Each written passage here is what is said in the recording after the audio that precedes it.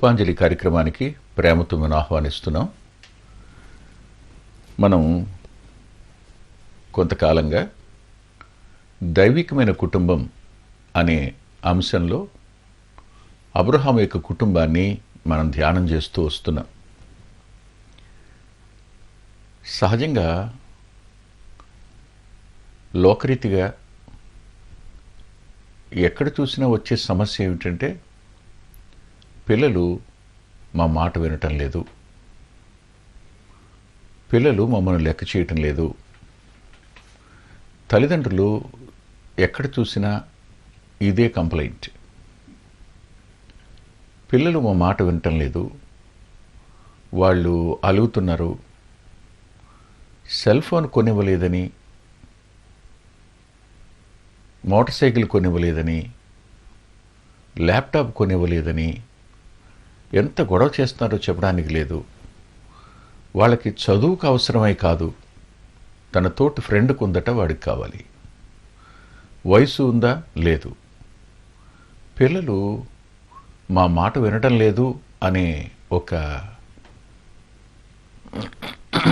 బాధ తల్లిదండ్రుల మనసులో చాలా ఎక్కువగా ఉంది ఈ రోజున.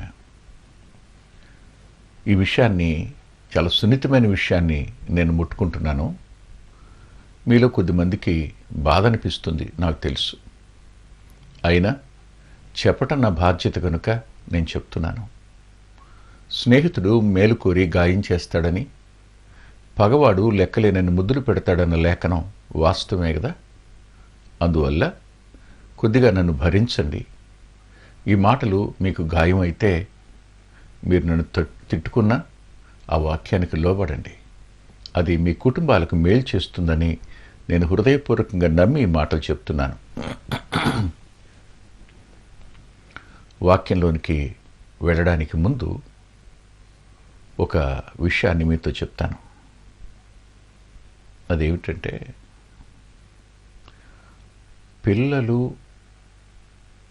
తల్లిదండ్రులకు విధేయులు కావాలి అనంటే, మొట్టమొదటిగా తల్లిదండ్రులు దేవునికి విధేయులై ఉండాలి. తల్లిదండ్రులు దేవునికి విధేయులు కాకుండా పిల్లలు మాకు విధేయులు కావాలి అని మీరు అనుకోవడం అంత సమంజసం కాదేమో. మీరు ఆలోచించండి ఒకసారి. మీరు దేవుని పిల్లలుగా మీ పరలోకపు తండ్రికి విధేయత చూపిస్తే దేవుడు ఖచ్చితంగా మీ పిల్లల్లో కార్యం చేస్తాడు. ఆయన దైవాత్మ కార్యం మీ పిల్లల్లో జరిగి వారు దేవునికి మొట్టమొదట లోబడతారు. దేవునికి మీ పిల్లలు లోబడితే అమ్మానాన్నలకు లోబడడం అనేది సులువుగా ఉంటుంది. ఇది మీ మనసులో పెట్టుకోండి. తలలు వంచి ప్రార్థన చేసుకుందాం. ప్రేమ కలిగిన మా గొప్ప తండ్రి, కృప కలిగిన మా దేవ, అబ్రహాము గారి కుటుంబాన్ని మేము ఈ రోజున ధ్యానం చేయబోతున్నాం. సరిగా అధ్యయనం చేయడానికి నీ దాసుని బలపరచండి. నీ ఆత్మ నింపుదలనివ్వండి. మా సమయం యావత్తు దీవెనగా మార్చండి. ఆయా స్థలాల్లో ఉండి పిల్లల కొరకు దుఃఖిస్తున్నటువంటి తల్లిదండ్రులు ఎంతోమంది ఉన్నారు. పిల్లల భవిష్యత్తు ఏమైపోతుందోనని భయాందోళనలో ఉన్నటువంటి తల్లిదండ్రులు ఉన్నారు.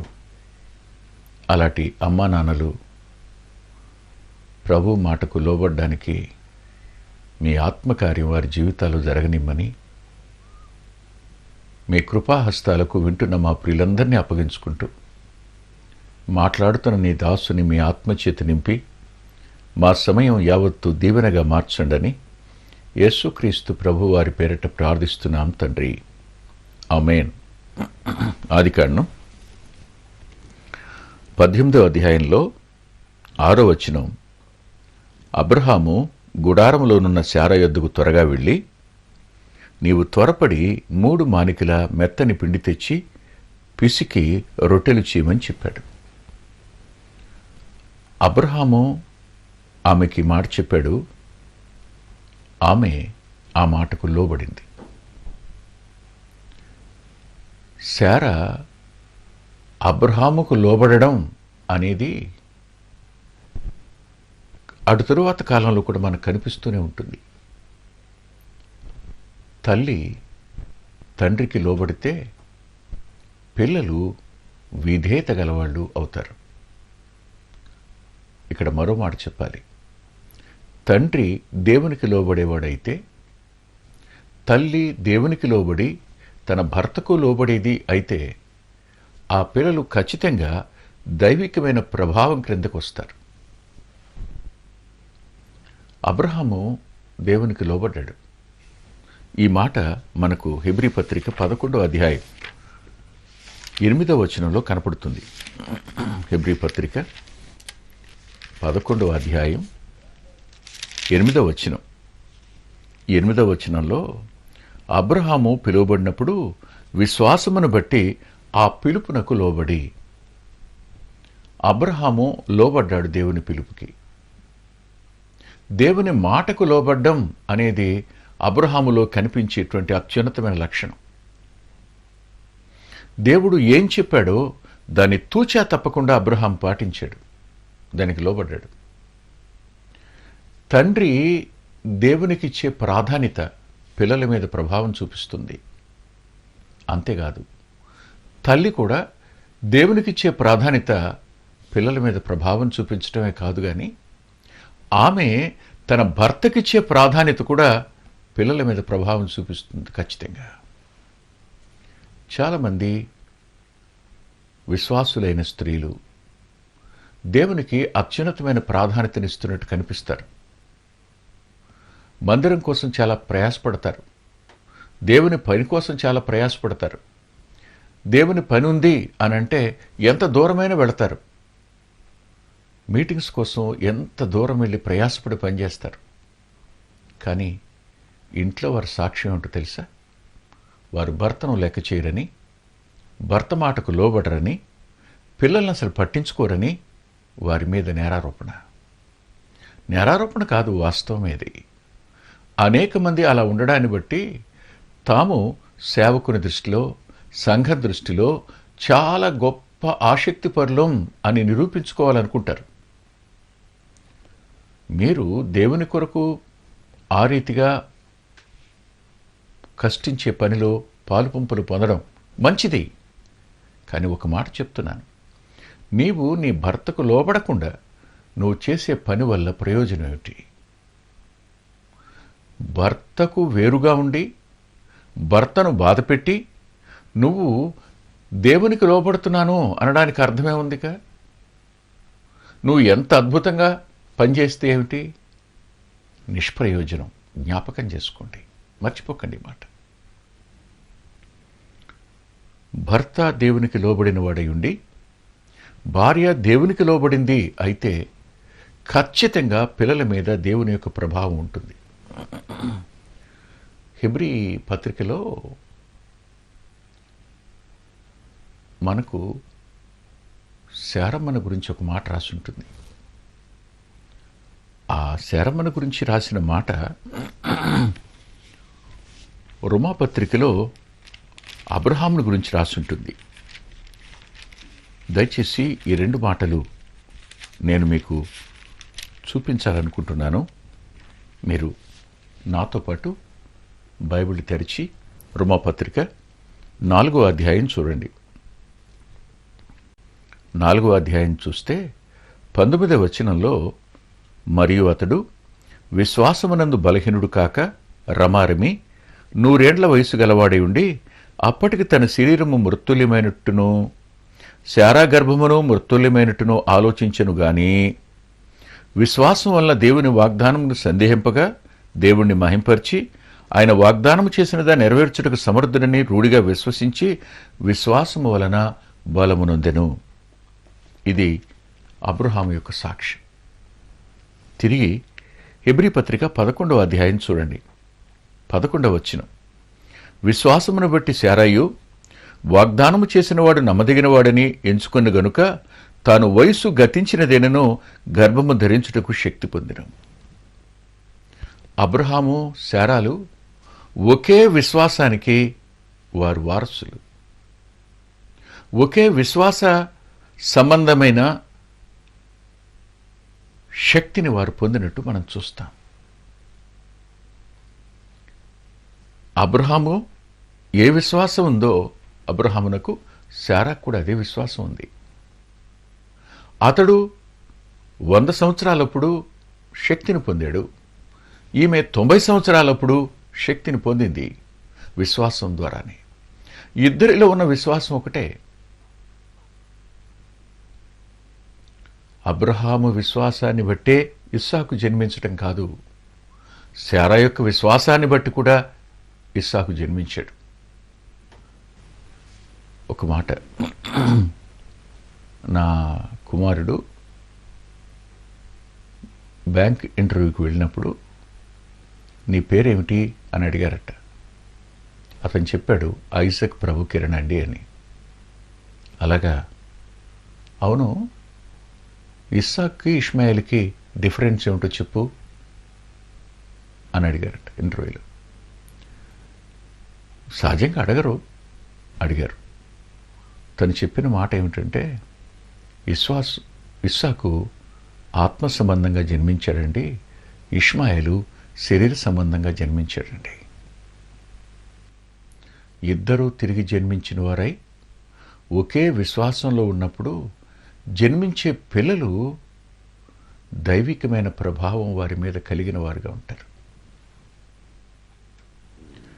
శారా ఏ విశ్వాసం ఉందో అబ్రహాములో అదే విశ్వాసాన్ని లేఖనం మనకు చూపించింది. అబ్రహాములో ఏ విశ్వాసం ఉందో అదే విశ్వాసం శారాలో చూపించింది. ఇద్దరూ దేవునికి లోబడినవారు, దేవుని వద్ద నుంచి బలం పొందినవారు. అబ్రహాము దేవునికి లోబడ్డాడు అని హెబ్రీ పత్రిక 11వ అధ్యాయం 8వ వచనంలో మనం చూసాం. అబ్రహాముకు దేవునికి లోబడ్డాడు. అబ్రహాము ఎన్నిసార్లు దేవునికి లోబడ్డాడో లేఖనం అంతట్లో మనం చూస్తాం.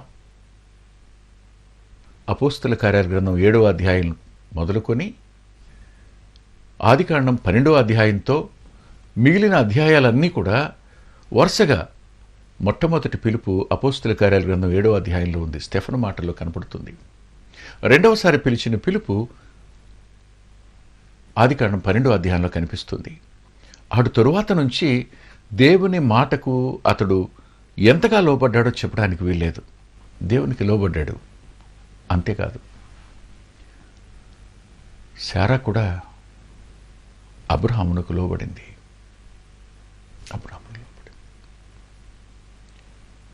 ఇక్కడ ఒక మాట నేను మీతో చెప్పాలి.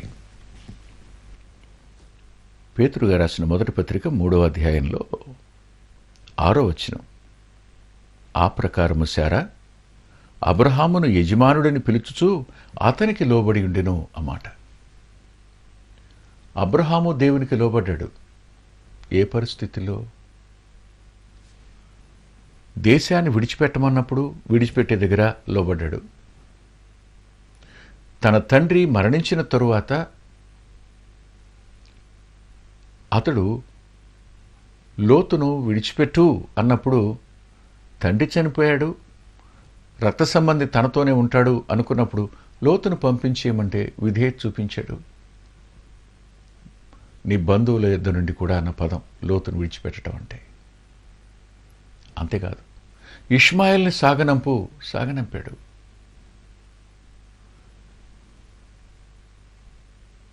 నువ్వు ఈ మాట విను అంటే ఖచ్చితంగా విన్నాడు, లోబడ్డాడు. దేవుడు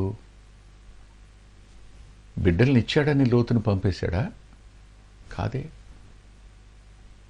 అతడు లోబడ్డాడు అంటే దేవుడు ఇచ్చిన దాన్ని బట్టి లోబడ్డా? ఆలస్యం అవుతున్నా దేవుడు చెప్పిన మాటకు లోబడుతూనే ఉన్నాడు. శారా తన భర్తకు లోబడిందని రాస్తుంది. చాలామంది స్త్రీలు భర్తల మీద కంప్లైంట్ చేస్తారు. ఏమైనా కంప్లైంట్ చేస్తారంటే, అతడు ప్రేమిస్తే మేము లోబడేవాళ్ళమని. లేఖనంలో ప్రేమించుమి అని భర్తకు చెప్పారు, లోబడమని భార్యకు చెప్పారు. ఆమె లోబడితేనే ప్రేమించు అని భర్తకు చెప్పలా, అతడు ప్రేమిస్తేనే లోబడు అని భార్యకి చెప్పలా. షరతులు లేకుండా ప్రేమించాలి, షరతులు లేకుండా లోబడాలి అన్నది లేఖనం. ఎవరికి లోబడితే? ముందు నువ్వు దేవునికి లోబడితే. నువ్వు దేవునికి లోబడేట్టయితే నువ్వు ప్రేమిస్తావు, నువ్వు లోబడతావు. దేవునికే నువ్వు లోబడకపోయినప్పుడు దేవుని వాక్యానికి నువ్వేం లోబడతావు? లేదు కదా. ఇది నేడున్న ప్రమాదం. ఈ భార్య భర్తలిద్దరూ దేవునికి లోబడ్డారు. శారా తన భర్తకు లోబడింది. అవును, భర్తల లోపాలు కనపడితే భర్తకు లోబడతారా? తన ప్రాణం కంటే తన భార్యను వదిలేసుకోవడం మేలు అనుకునే భర్తకు లోబడ్డం అనేది సాధ్యమవుతుందా మీకు? మీరు ఆలోచించండి. ఆమె అందాన్ని చూసి 2 చోట్ల, ఐగుప్తులోను గెరారులో కూడా 2 స్థలాలలో ఆమె నా చెల్లెలు అని చెప్తాడు కదా ఆయన. ఆమెను ఫరో తీసుకుని వెడతాడు. అబీమెలెకు కూడాను. ఈ 2 మార్లు తన భర్త ప్రాణాలకు తన ప్రాణం అడ్డం వేసినటువంటి ఈ స్త్రీ ఆ భర్తకు లోబడడం అనేది సాధ్యమవుతుందా? అతని యజమానుడా అని పిలవడం సాధ్యమవుతుందా? మీరు చెప్పండి. ఐగుప్తు నుంచి ఫరో సాగనింపేటప్పుడు నేను ఆమెను ముట్టలేదు, అది అబీమెలెకు ముట్టలేదంటాడు. అబ్రహాము కూడా దేవుడు, ఫరో కూడా దేవుడు నన్ను అడ్డుకున్నాడు అంటాడు. ఐగుప్తు నుంచి వచ్చేటప్పుడు ఆస్తినిచ్చి పంపించాడు ఆమెకి. ఆస్తి తెచ్చిన ఆమె కూడా ఆమె భర్తకు లోబడింది. నేటి దినాన్న పుట్టింటి వారు ఏదైనా ఆస్తి ఇస్తే అసలు స్త్రీలు ఇంత కూడా లోబడరు, చాలా గొప్పవాళ్ళం అనుకుంటారు. కట్నం తెచ్చిన వాళ్ళు, పుట్టింటి నుంచి ఆస్తి తెచ్చిన వాళ్ళు భర్త మాటకు లెక్క చేయరు. మిగతా వాళ్ళు లెక్క చేస్తున్నారా అంటే లెక్క చేయని వాళ్ళు అక్కడ కూడా ఉన్నారు. కాదనలే. నువ్వు నీ భర్తకు లోబడకపోతే నీ పిల్లలు దేవునికి లోబడరు, నీ భర్తకే లోబడరు. గుర్తుపెట్టుకో. నీ భర్తను నువ్వు మోసం చేస్తున్నప్పుడు, నీ భర్త వెనక నువ్వు లోపాయికారిగా ఏ కార్యం చేస్తున్నావో దానంతటిని బట్టి నీవు నీ పిల్లలకు లోకు అవుతావు, నీ భర్త కూడా లోకు అవుతాడు. జరిగేది అది. అనేక కుటుంబాల చరిత్ర ఇది. అనుమానం ఏం లేదు. ప్రమాదం దాగి ఉంది. ఈ రోజైనా మొట్టమొదటిగా మీరు ఇద్దరు దేవునికి లోబడండి. ఆయనకి మీ జీవితాలు సమర్పించుకోండి. ఆయన వద్ద మీ పాపాలు ఒప్పుకుని క్షమించమని కోరండి. ఆయన క్షమించడానికి సిద్ధ మనసు కలిగిన వాడు ఆయన. తన వద్దకు వచ్చిన వారిని ఎంతమాత్రం వెలుపలికి తోసివేయడు ఆయన. క్షమిస్తాడు. ఆ మీదట నీవు నీ భర్తకు లోబడడం అనేది బేషరతుగా నువ్వు చేయవలసిన పని. నీ భార్యను ప్రేమించటం అనేది కూడా నువ్వు బేషరతుగా చేయాలి. మర్చిపోకు. ఇది దేవుని ఆజ్ఞ, ఇది దేవుని కట్టడ. లోబడాలి. అబ్రహాము దేవునికి లోబడ్డాడు. శారమ్మ అదే విశ్వాసంలో ఉండి భర్తకు లోబడింది. తన తల్లి తన తండ్రికిచ్చిన గౌరవం, యజమానుడా అని పిలుస్తున్న పిలుపు ఇస్సాకు చెవులకు వినపడదా? ఖచ్చితంగా వినపడుతుంది. అమ్మ నాన్నను ఏ స్థాయిలో గౌరవిస్తుందో పిల్లలు అదే స్థాయిలో తండ్రికి లోబడతారు. అమ్మ పిల్లల్ని ఎంత తక్కువ చేస్తుందో, తండ్రిని ఎంత తక్కువ చేస్తుందో, పిల్లల మనస్సుల్లో నుంచి ఆ తండ్రి మీద ఆ గౌరవ భావం అంతగా తీసివేసింది అవుతుంది. అంతేకాదు, భర్తగా నువ్వు కూడా నీ భార్యకిచ్చే విలువ పిల్లలు ఆమెను గౌరవించడానికి కారణమవుతుంది. భార్యను నువ్వు తక్కువ చేస్తే నీ పిల్లలు రేపు నీ భార్య మాట వినరు, నీ మాట విన్నట్టు నటిస్తారు, అంతవరకే. నీ మాట కూడా వినరు. మీరిద్దరిలో ఐక్యత లేకపోవడం నీ పిల్లలు చూశారా, ఖచ్చితంగా వారు పాడైపోతారు, అనుమానమేం లేదు. భార్యాభర్తలు ఏకమనసు కలిగి ఉండండి. భార్యకు భర్త విలువ ఇవ్వాలి, భార్య భర్తకు లోబడి ఉండాలి. ఈ రెండు జరిగిన సమయాన్న నీ పిల్లలు దేవునికి లోబడతారు, దైవాజ్ఞకు లోబడతారు. పిల్లలు తల్లిగా నిన్ను గౌరవిస్తారు. నీ విషయమై వారి అంతరంగంలో నీకు బాధ కలిగితే వారు ఏడుస్తారు, నీకు నష్టం కలిగితే వారు చూడలేరు. నువ్వు మరణించిన తరువాత కూడా వారి శోకం తీరదు, వారి దుఃఖంలో ఉంటారు. అందుకని ఇస్సాకు తన తల్లి విషయమైన దుఃఖం అనే మాట రాసి ఉంటుంది. భార్య వచ్చిన తరువాత దుఃఖ నివారణ పొందినట్టు రాసింది. ఆలోచిద్దామా ఒకసారి? అంతేకాదు, ఇస్సాకు తన తండ్రిని ఎంత గౌరవించాడు, ఎంతగా తండ్రికి లోబడ్డాడు. ఆ మోరియా పర్వతం దగ్గరికి వెళ్ళేటప్పుడు అబ్రహామును పిలిచిన పిలుపు నా తండ్రి అని. నా తండ్రి, ఎంత గౌరవప్రదమైన మాట. అంతేనా? చేతులు పట్టుకుని కట్టి బలిపీఠం మీద పెడుతున్నప్పుడు ఎంత లోబడ్డాడు. తండ్రిని గౌరవించాడు, తండ్రికి లోబడ్డాడు. నేటికి ఇశ్రాయేలీలు అనుభవిస్తున్న ఆశీర్వాదంలో ఆ అబ్రహాము ఆ ఇస్సాకులకి చేసిన వాగ్దానాలు వారి ఆశీర్వాదానికి కారణాలు, వారి భద్రతకు కారణాలు, వారు నేటికి అభివృద్ధి చెందడానికి కారణాలవి. నీ పిల్లలు, వారి పిల్లల పిల్లలు దేవుని చేత వారు ప్రతిష్ఠించబడిన వారై వారి వృద్ధి చెందాలి అని మీరు అనుకుంటే తప్పనిసరిగా ఆయన చిందించిన రక్తంలో మీ పాపాలను కడుక్కోండి. ఆయన మరణ పునరుద్ధానాల్లో పాలుపంపులు పొందండి. పరిశుద్ధాత్ముడు ఒప్పిస్తూ ఉండగా కన్నీటితో మీ పాపాలను ప్రభు పాదాల దగ్గర ఒప్పుకుని క్షమాపణ కోరండి. తలలు వచ్చి ప్రార్థన చేసుకుందాం.